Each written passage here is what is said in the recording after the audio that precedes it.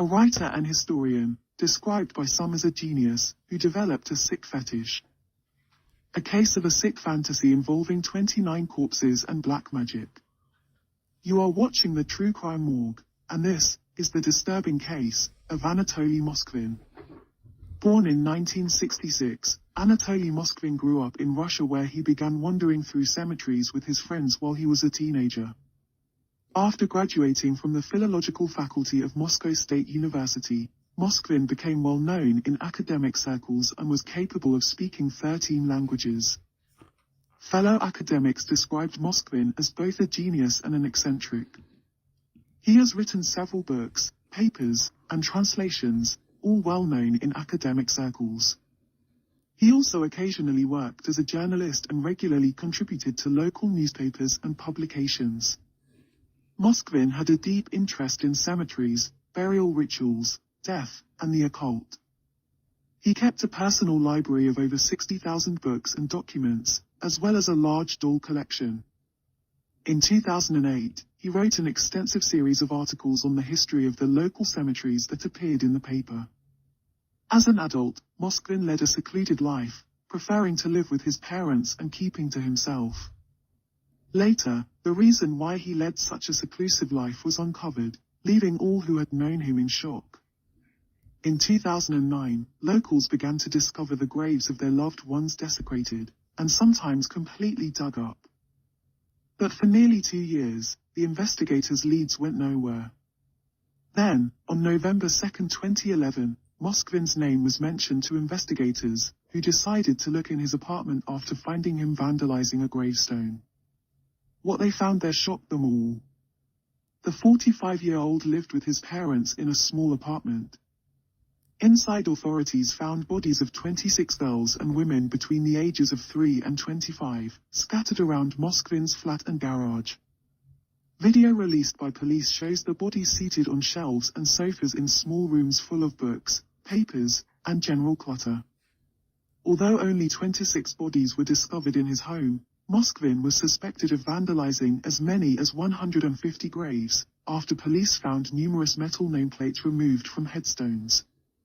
Police also discovered instructions for making the dolls, maps of cemeteries in the region, and a collection of photographs and videos depicting open graves and unearthed bodies. Moskvin had been exhuming children's graves at various graveyards before mummifying them with a special solution of salt and soda.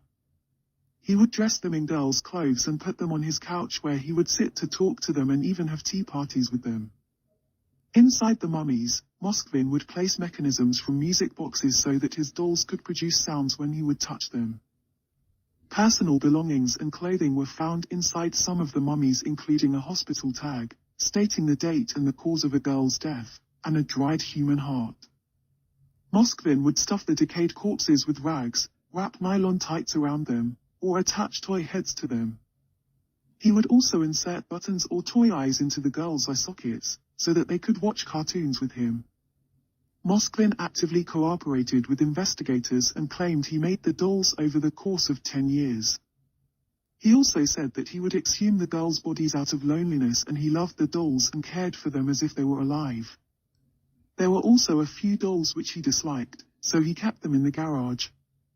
He spoke to the corpses, sang songs to them, watched cartoons with them, and even held birthday parties and celebrated holidays for their benefit. He claimed his biggest dream was to have children, but the Child Protection Services did not allow him to adopt a child, due to his low wages of a university teacher. His parents, who were away for large portions of the year, were unaware of his activities. When asked why he did it, Moskvin went on to express his sympathy for dead children and his belief that eventually, through black magic, they could be brought back to life. Crafting dolls from their remains was his way of preserving them. He felt he was giving them functional bodies to use when they were eventually reanimated. When he first began, he would sleep on the child's grave in order to determine if the spirit wished to be brought back to life. Moskvin claimed he had been doing this for around 20 years and insisted at first he never dug up a grave without the permission of the child within. As he grew older, it became physically painful for him to sleep on the graves, so he began bringing the bodies home where it would be more comfortable to sleep near them. Moskvin was aware that he was committing a crime, but felt the dead children were calling out to be rescued and believed that rescuing the children was more important than obeying the law. He firmly denied any sexual attraction to the dolls and instead considered them to be his children. After a psychiatric evaluation, it was determined that Moskvin suffered from a form of paranoid schizophrenia. In a hearing, the court deemed Moskvin unfit to stand trial, releasing him from criminal liability. He was instead sentenced to psychiatric clinic, with his stay to be reviewed regularly. In September 2018, Moskvin's doctors stated that he was no longer dangerous and petitioned to release him for outpatient care from home. However, in February 2019, a subsequent psychiatric evaluation found that it was too early to release Moskvin, and the hospital withdrew their petition. Moskvin, now 55, is still alive, currently being held in a psychiatric hospital. His crimes are known to be some of the most horrific crimes in modern-day Russia. If you enjoyed this video, be sure to like the video, and subscribe to the channel for weekly true crime videos.